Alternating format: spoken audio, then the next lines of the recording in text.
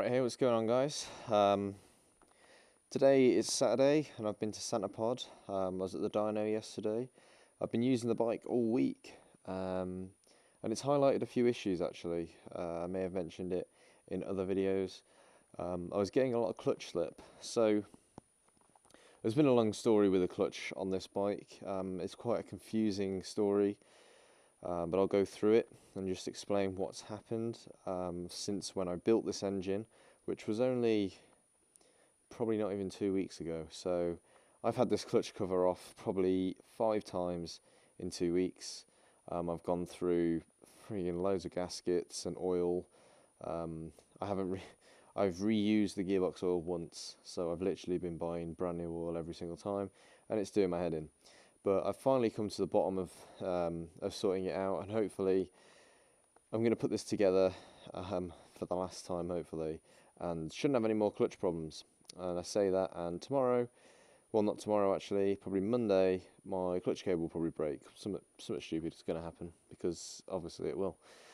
So here on the floor, actually no, I'll tell you a bit more about what actually happened. So I built the bike, and the first clutch issue that I had was that the basket was worn. So symptoms that I had there, I tried to pull away, it was really juddering, it was like, and it was just disgusting, it was slipping, it was horrible. And I'll show you exactly why. So here's the basket that was in the bike when I built the engine. This is the one that was causing me lots of issues, and it's my fault. Admittedly, it is completely my fault why it happened. So this basket had loads of dents in it, and I thought it'd be a good idea to get the Dremel out and get rid of those dents. Now these dents were so deep that I had to go so far with the Dremel that there was too much play between the plates and the basket, which is what was causing the juddering. And I couldn't ride it. I couldn't even ride it to the end of the street. It was that bad. So that was my fault. So I had to take the clutch out and I changed the basket. And all I changed was the basket. Yeah, so then I put it back together and I went to go and ride it, and it was fine. The only problem was the clutch was slipping.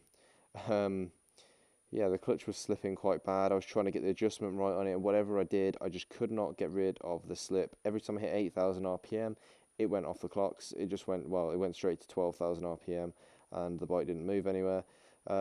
So after about 2 days of trying to adjust it with a grub screw, I realised that I wasn't going to be able to get the adjustment right, because I had to back off the adjustment that far that the clutch wasn't disengaging anymore when pulling the lever in. So I thought the friction plates that I had used were dead because they weren't brand new, and so I got some more, ordered them from PJ Me, and here they are. So these are genuine Aprilia Rotax friction plates, and yeah, so I ordered them and then fitted them to the bike. So that was the second time the clutch was out, and yeah, so I fitted them, and then it was fine. It was actually fine. The clutch was fine. It wasn't slipping. It was doing good. But the thing is that I noticed when I took the clutch out to fit these friction discs, I noticed that on these discs, which are the plates that go in between the friction discs, so you have your friction disc, and then you have one of these, and then you have another friction disc. Now normally these plates that go in between are made out of steel, so I've got a steel one here. So this is what they normally look like. This is a steel disc, and this is a hard anodized aluminium one. You can see it's black. That is the hard anodizing on it. This is a hell of a lot lighter than this, and this is why I bought these. Overall, with a stack up of 6 discs and the addition of titanium bolts, you're saving around about 200 grams of rotational mass. So it's quite a big saving. I can feel the massive weight difference between these two. And this one's actually slightly thicker than the steel one by about 50 microns. So, so I thought I'd try these out. They're from BC Engineering in Italy. They cost about £60, I think, with the titanium bolts. So I thought I'd give them a go. But when I took out the friction discs, and bear in mind I'd only rode the bike for about 50 miles, probably not even that. I don't even know how many miles I did, but I'd only rode it for about 2 days, just trying to adjust the clutch. That's all I was doing on it, was literally just trying to adjust the clutch. So when I put them in, I noticed that this hard anodizing black layer had actually worn away, and they started looking like this. So you can see there is no black on there. That is just raw aluminium. And for those of you that are familiar with hard anodizing, it is literally just a top layer. So once that hard anodizing has worn away, it's just rubbing on soft aluminium. So a few days went by and the clutch was fine. All of a sudden it started slipping again, and this was on Thursday that it started slipping. So just randomly, out of the blue, I was just coming home, and every time I hit 8,000 RPM, it just went straight to 12. So I got back, and the next day I backed off the adjustment on the clutch ever so slightly, and it stopped the slipping, and that lasted for another 2 days, and then it started slipping again today while I was at Centre Pod. Halfway through the day it started slipping. I went to go and get some petrol at lunchtime during Centre Pod, and it started slipping again. So I then got back to Centre Pod, I adjusted it, did a run, and it wasn't slipping. But then by the time I'd come home, I'd done another 3 runs, and it was slipping again. And then I went to adjust it, and it got to the point again where I'd adjusted it so far that the lever was no longer disengaging the clutch, and it was still slipping. So here we are. The clutch, if it was back in the bike, is slipping like mad. The lever's not disengaging it, so it's creeping. I can't change gear because the clutch ain't disengaging. If I didn't have a quick shifter, it would be a nightmare to change gear. But luckily, thanks to the quick shifter, it actually allowed me to still change gear, even though downshifting was horrible. So the reason why I've had all this clutch slip is basically because the anodizing on these aluminium plates obviously wasn't strong enough. It wore away pretty damn quickly, and then it started wearing these aluminium plates. Now, the reason why I know these things are worn is because here's a brand new aluminium plate here, because BC Engineering for some weird reason sent me 7 plates instead of 6, so I kept one as a spare. So as you can see, this is 1.07 mil, and this is a plate that's probably done around 300 miles, and it is 0.86 of a mil. Now some of these are actually as low as 0.84, but you can see it's not even that flat. It's 0.81 there, it's 0.86 there,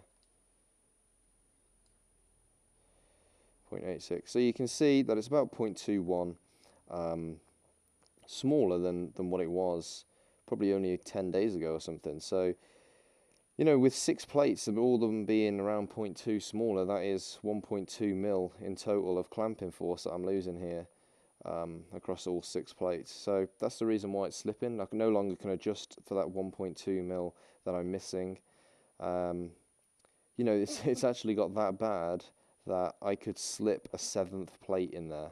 That is how much in thickness that the clamping force has lost, is that I could probably fit, well, I know I can definitely fit, I could fit this extra plate on my clutch and it would work, because of how much these plates have worn within the small amount of mileage that I've done. So I'm going to put the standard steel plates back in. These were the steel plates that were out of my tuned 125 engine, so I know they're okay. I'm not sure how old they are, but look, 1.01 mil.